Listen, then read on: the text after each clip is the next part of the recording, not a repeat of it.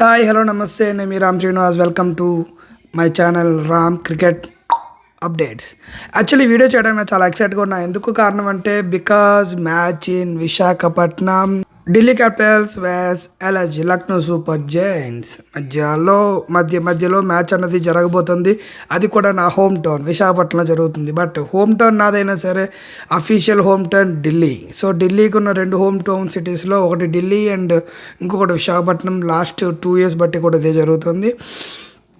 So coming to the match updates, match preview చూసుకుంటే ఓపెన్గా చెప్పాలంటే విశాఖపట్నం తాలూకా స్టేడియం అనేది ఆల్వేస్ ఎప్పుడు కూడా బ్యాటింగ్ పిచ్. విశాఖపట్నం ఎందుకు అంటే విశాఖపట్నం అందరికీ ఫస్ట్ గుర్తొచ్చేది ధోని. ఆ ధోని మ్యాచ్ 183 కొట్టింది ఇక్కడే, అది కూడా పాకిస్తాన్ మీద. అండ్ రేపు పొద్దున్న ఫ్యూచర్లో కూడా ఇక్కడ మంచి మంచి మ్యాచ్లు జరగాలని చెప్పి ఒక వైజాగ్ వాసిగా నేను చాలా కోరుకుంటున్నా. సో ఇంకా మ్యాచ్ అప్డేట్స్లోకి వెళ్ళిపోతే, so Delhi Capitals versus LSG. So Vizag ఉన్న ఇంకొక పేరు ఏంటంటే హోమ్ టౌన్ అడ్వాంటేజ్ అంటే అక్కడ ఎవరైతే హోమ్ టౌన్ ఉందో ఆ హోమ్ టౌన్ తాలూకా టీం అన్నది ఈ రోజు వరకు కూడా ఓడిపోకుండా వచ్చింది. అది ఇంటర్నేషనల్ మ్యాచ్ అవ్వచ్చు, ఐపీఎల్ మ్యాచ్ కూడా అవ్వచ్చు. సో ఇప్పుడు కూడా అందరూ ఒపీనియన్ కూడా ఢిల్లీ గెలుస్తుందని అనుకుంటున్నారు. బికాజ్ ఢిల్లీకి హోమ్ టౌన్ వైజాగ్ కాబట్టి.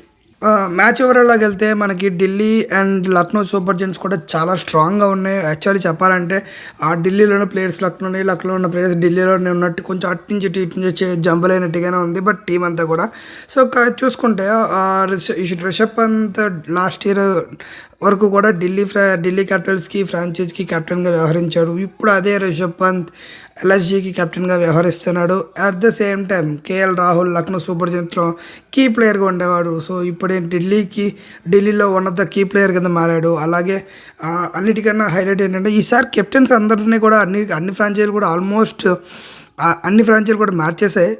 సో అలా మార్చిన దాంట్లోనే ఈసారి అక్షర్ పటేల్ ఢిల్లీ క్యాపిటల్స్కి కెప్టెన్ కింద ఉంటున్నాడు. సో ఈ ఐపీఎల్లో కావచ్చు తన కెరీర్లో కావచ్చు ఇది ఫస్ట్ కెప్టెన్సీ కూడా. అలాగే ఫాఫ్ డూప్లెసిస్ మనకి బెంగళూరులో ఉండేవాడు. సో బెంగళూరు కెప్టెన్గా ఉండేవాడు. సో ఇప్పుడు ఢిల్లీలోకి వచ్చాడు. సో ఇప్పుడు మనం ఒక్కసారి స్క్వాడ్ని చెక్ చేసుకుంటే, సో ఫస్ట్ ఢిల్లీ స్క్వాడ్ చూద్దాం.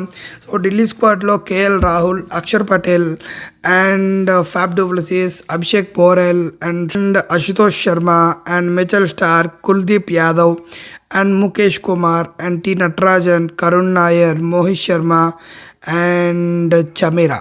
సో వీళ్ళు ఢిల్లీ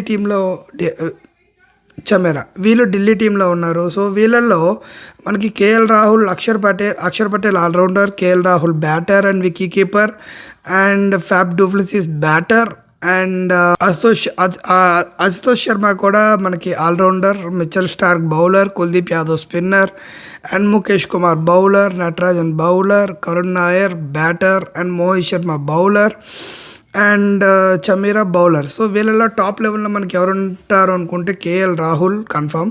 ఎందుకంటే KL Rahul opening and keeping కూడా కేఎల్ రాహుల్ చేస్తాడు. KL Rahul and Axar Patel and Faf du Plessis and Ashutosh Rana and Mitchell Starc, Kuldeep Yadav and Natarajan, Karun Nair and Mohit Sharma and Chameera. So ఇది టాప్ లెవెల్ ఉండొచ్చు అని చెప్పి expectation.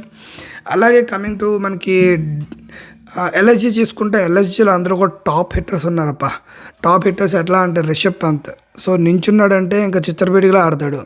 And he's a captain, wicket keeper and Kulkarni and Mitchell Marsh and Nicholas Pooran అడ్డుకోవడం అనేది చాలా కష్టమైన పని. అడ్డుకుంటే ఓకే, అడ్డుకోకపోతే మళ్ళీ వాయువేగంతో ఆడతాడు. తర్వాత డేవిడ్ మిల్లర్ మొన్న చూసాక సెంచరీ ఇది ఛాంపియన్ ట్రోఫీలో. సో సింపుల్గానే సో డేవిడ్ మిల్లర్ని కూడా ఆపడం అంత ఈజీ కాదు. సో ఢిల్లీ టీం చూసుకుంటే బ్యాటింగ్లో చాలా స్ట్రాంగ్ ఉంది, కానీ బౌలింగ్కి వచ్చేసరికి కొంచెం వీక్గా కనిపిస్తుంది. సో బ్యాటింగ్ అయితే ఫుల్ స్ట్రాంగ్ లైనప్ అయితే ఉంది. సో మెయిన్గా చూసుకుంటే Rishabh Pant and David Miller and Nicholas Pooran, so Mitchell Marsh వీళ్ళని ఆపితే ఆల్మోస్ట్ టీం మొత్తాన్ని ఆపేసినట్టే. కమింగ్ టు ద బౌలర్కి వచ్చేసరికి అంత స్ట్రాంగ్ అనిపించట్లేదు. అవేష్ ఖాన్ ఒకడే టాప్ బౌలర్లో కనిపిస్తున్నాడు and Ravi Bishnoi is a spinner and Akash Deep వీళ్ళు మాత్రం బౌలింగ్లో కనిపిస్తున్నారు. సో ఆల్రౌండర్కి వచ్చేసరికి బదౌని కూడా కనిపిస్తున్నాడు. సో ఇంకా వీళ్ళతోనే మనం బౌలింగ్ అన్నది మేనేజ్ చేయాలి తప్ప కానీ వైజాగ్ పిచ్ అన్నది అంత బౌలింగ్‌కి అనుకూలంగా ఉండదు. సో, పూర్తిగా బ్యాటర్‌కి పూర్తిగా సానుకూలంగా ఉంటుంది. సో, సో, ప్రొడక్షన్ స్కోర్ అయితే అరౌండ్ 180-200 బిట్వీన్ అయితే ఉంటుందని ఎక్స్‌పెక్ట్ చేస్తున్నాం. సో, ఫస్ట్ బ్యాటింగ్ ఎవరిదైనా సరే 180-200 బిట్వీన్ ఉంటుంది. సో, వైజాగ్ పిచ్ బట్టి ఫస్ట్ బ్యాటింగ్ చేయడం అనేది సేఫ్ జోన్. ఎందుకంటే సెకండ్ బ్యాటింగ్‌కి వచ్చేసరికి కొంచెం పిచ్ అన్నది కొంచెం తేమ వల్ల మందకొడిగా తయారవుతుంది. కాబట్టి ఫస్ట్ బ్యాటింగ్ ఎవరైతే వైజాగ్‌లో చేస్తారో వాళ్ళకైతే పూర్తి అడ్వాంటేజ్ ఉంటుంది. అండ్ వెదర్ రిపోర్ట్‌కి వచ్చేసరికి it's a clean sheet. So, match ఖచ్చితంగా జరుగుతుంది. సో, ఇవాళ maximum I guess top players ఎవరు ఉండొచ్చు అంటే KL Rahul and Rishabh Pant and Nicholas Pooran and David Miller, Kuldeep Yadav, తర్వాత అవేష్ ఖాన్ వీళ్ళు ఉండొచ్చు అని చెప్పి అనుకుంటున్నాను. So, let us see what will happen in Vizag match. So, ఏదైనా సరే వైజాగ్ ప్రజలకైతే ఫుల్ ఎంటర్టైన్మెంట్ అయితే కావాలి, అదైతే పక్కా. సో, మ్యాచ్ చూడండి, అలా బీచ్కి వెళ్ళండి, ఏదో ఒకటి తినండి, సేఫ్గా ఇంటికి వెళ్ళండి. ఇది ఈరోజు match, I mean LSG and DC match review.